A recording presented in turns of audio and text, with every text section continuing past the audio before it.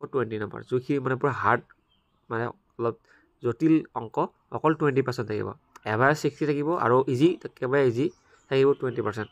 নমস্কাৰ মৰমৰ বন্ধু-বান্ধৱীসকল, পঢ়ু ছাত্ৰ যদি আমাক সুধি আছিলে যে মেট্ৰিক পৰীক্ষাৰ যিহেতু 2025 চনত হ'ব আৰু সেই মেট্ৰিক পৰীক্ষাৰ কাৰণে ব্লু প্ৰিণ্ট কেনেকুৱা ধৰণৰ হ'ব পাৰে ছাত্ৰ-ছাত্ৰীসকলে সুধি আছিলে। কাৰণ এইবাৰ তোমালোকে নিশ্চয় গম পাইছা এইবাৰ পেটাৰ্ণটো অলপ বেলেগ হ'ব এক্সাম পেটাৰ্ণটো, আৰু এক্সাম পেটাৰ্ণ বেলেগ হোৱাৰ বাবে বহুতো ছাত্ৰ-ছাত্ৰীয়ে মোক সুধি আছে যে ব্লু প্ৰিণ্ট চেঞ্জ হ'ব নেকি বা এক্সাম পেটাৰ্ণ চেঞ্জ হোৱাৰ কাৰণে আমাৰ কুৱেশ্যনবোৰ অলপ বেলেগ হ'ব নেকি বা টাফ হ'ব নেকি, সেইবোৰ বহুতো ছাত্ৰীয়ে সুধি আছে। কিন্তু আমি প্ৰথমতে আলোচনা কৰিম যে ব্লু প্ৰিণ্টখন আগত প্ৰথমে আমি চাই লওঁ, ঠিক আছে। ব্লু প্ৰিণ্টখন চাই ল'ব লাগিব প্ৰথমতে। ইতিমধ্যে মই ব্লু প্ৰিণ্টখন ডাউনলোড কৰি ৰাখিছোঁ আৰু তোমালোকে সকলোৱে চাই ল'ব পাৰা। চাপ'জ মেথছৰ ক্ষেত্ৰতে আমি আলোচনা কৰোঁ। তোমালোকে নিশ্চয় দেখা হৈছে স্ক্ৰীণত যে ইয়াতে গোটেই লেচন আছে আমাৰ 15টা লেচন থাকিব লাগে, 15টা লেচনে আছে। ইয়াতে ৰিভিজন চেপ্টাৰৰ পৰা আৰম্ভ কৰি তোমালোকৰ লেচন 15লৈকে, ঠিক আছে, প্ৰবেবিলিটি যিমানকেইটা আছে লেচন চেপ্টাৰ, এই চেপ্টাৰৰ কিন্তু ইয়াতে ব্লু প্ৰিণ্টখন আমি দেখা পাইছোঁ।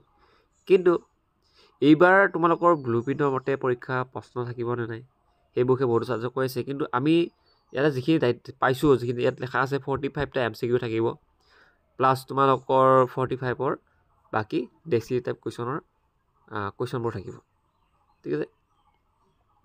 এতিয়া যোৱা বছৰৰ ব্লু প্ৰিণ্টখনে তোমালোকে এতিয়া বৰ্তমান সময়ত ফ'ল' কৰি থকা, পিছত যদি অফিচিয়েল কিবা ব্লু প্ৰিণ্ট আহে তেনেহ'লে আমি আমাৰ ইউটিউব চেনেল যোগেদি দিয়া চেষ্টা কৰিম।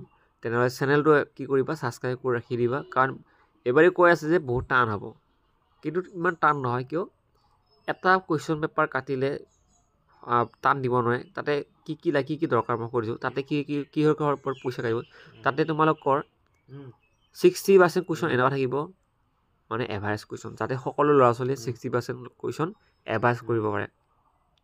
ইজি কুৱেশ্যন থাকিব তোমালোকৰ 20 মাৰ্কছ, যাতে সকলো ল'ৰা ছোৱালীয়ে যিমান পঢ়া শুনা চোকা নহ'লেও সি যাতে 20 নম্বৰ ধুনীয়াকৈ লিখিব পাৰে, সেনেকুৱাকৈ কুৱেশ্যন পেপাৰ থাকিব। আৰু ডিফিকাল্ট থাকিব তোমালোকৰ যোনটো টান, অলপ টান বুলি কয় যে, ডিফিকাল্ট থাকিব তোমালোকৰ 20 নম্বৰ যোনখিনি মানে পুৰা হাৰ্ড মানে অলপ জটিল অংক অকল 20% থাকিব এভাৰেজ 60 থাকিব আৰু ইজি একেবাৰে ইজি থাকিব 20%, ঠিক আছে। এইখিনি মই ক'ব বিচাৰিছোঁ, তোমালোকে ভয় খাব দৰকাৰ নাই। আৰু যিহেতু ইণ্টাৰনেট এছেছমেণ্ট এক্সামৰ যোনটো কুৱেশ্যন পেপাৰটো, এই এছেছমেণ্ট এক্সামটো তোমালোকৰ স্কুলৰ পৰা পাতিব বা ডিষ্ট্ৰিক্ট লেভেলৰ পৰা কণ্ডাক্ট কৰা হ'ব। ব্লু প্ৰিণ্টখন তোমালোকে একবাৰ দেখাই দিয়াৰ চেষ্টা কৰিছোঁ। ইয়াতে দি দিছে যে ৰিভিজন চেপ্টাৰৰ পৰা MCQ আহিব তোমালোকৰ টোটেল 4টা আৰু 2 মাৰ্কছৰ কুৱেশ্যন থাকিব এটা =6, ঠিক আছে। কাৰোবাক যদি ব্লু প্ৰিণ্ট লাগে তেনেহ'লে মোক ক'বা, নেক্সট ভিডিঅ' আমি ব্লু প্ৰিণ্ট লৈ আহিছোঁ। Thank you so' much.